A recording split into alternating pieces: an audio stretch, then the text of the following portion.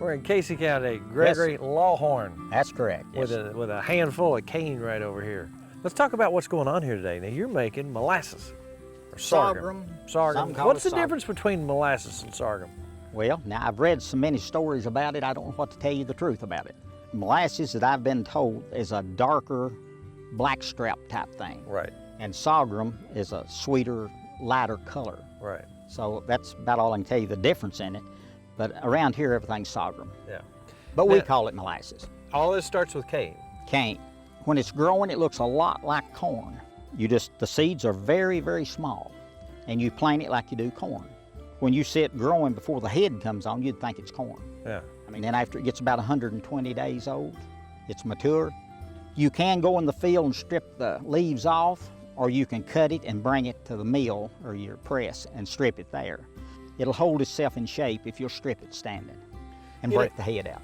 I would imagine, now the history of sorghum, molasses goes way, way, way back. Way back. All right, now there were times, I would say, when they were settling this part of the country, they were on the move a lot, and you could pack one of these machines with you. And this one you say is dated to 1886. You know, I can imagine when they were settling this country, you know, they probably had them a jar, whatever kind of container they had of this. The whole process was going on probably in the late 1700s, I would imagine, even early 1800s. Probably, I'd say when we settled this country. The cane was always here. Now, of course, they've refined it and got it down to a certain. What kind of cane is this right here? This is the name is Dale, D-E-L-L. But there's many, many names. Right. Brands, you know, brand names.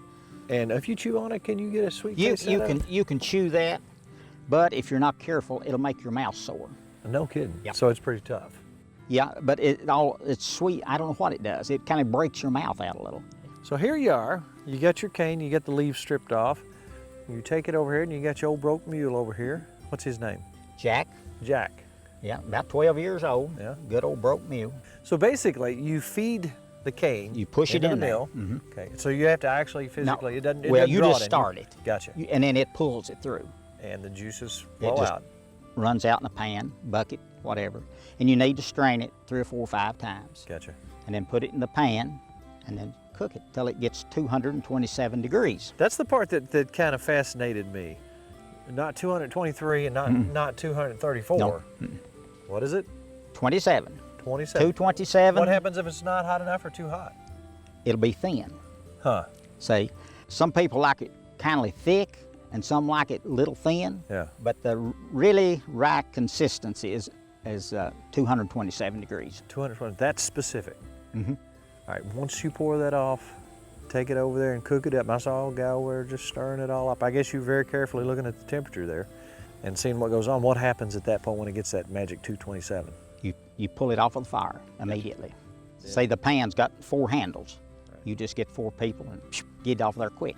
Now, will you, on a day like this, will everything go into one batch, or will you cook more than one batch? No, it'll just be one. Gotcha. Because it takes approximately 6 hours to cook it. Oh, wow. So to get 2 in one day, you'd have to start early in the morning. Gotcha. Of course, we started at 4:30 this morning. Oh, wow. Me and my granddaughter. So you got your broke mule, you got you some friends who are willing to help you out. Oh, yeah. I bet you don't have too tough a time getting folks up there. You say in the evenings, a bunch of kids come in. They like this whole process. They love this thing. Do you think people have some kind of sense inside, whether they know it or not, they want to know how things were done back in the old days? I believe everybody has a longing to learn where our ancestors and our heritage has come from. A lot of these younger children, they may act like, and you know, they're not really interested, but when they're around something like this, you can see them, their eyes are lighting, they want to ask questions about why does this do this, this, this. So yeah, I think we need to preserve our heritage. Yeah.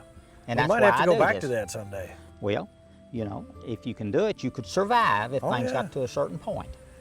In my lifetime, when I used to go visit my great-grandmother, no electricity. You know, I've seen that happen. Now, most people had it when I was a kid. But you, as a kid, we're not too much different in age. You didn't have electricity till you were how old? 13. Wow. So I've carried a coal oil lamp through the house many, many times, carry the water from a spring. Of a winter, when it'd be real bad winters, you had to bring your milk and water to the living room where you had a fire, or it'd be froze up the next morning.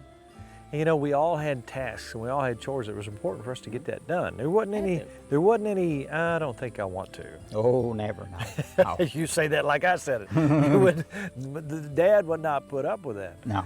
But okay, so we come out here to your farm. I didn't really know what to expect. Yeah.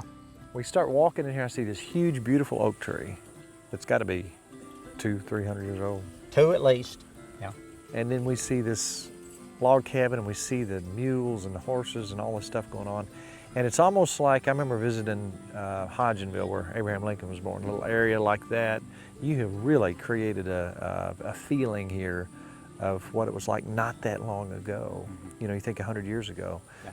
That's when you'd go down the road, that's kind of what you'd see. I tell people we just moved back 100 years today. Yeah. And, you know, I love that. I enjoy it, and I want everybody to enjoy it. Yeah. I mean, I do it for other people other than myself. Right. I want to share experience like this with people. But I remember what we used more was for cakes and cookies and popcorn balls. That's what you got me wanting to try that's a wonderful that now. thing. You've got to try that. I'm going to try it. Now let me ask you this: how long have you been doing this as this kind is of the open to the fifth year. public? Fifth year. What I'm a little, well, I don't know how to say this and be nice about it. I don't like drinking and foul language.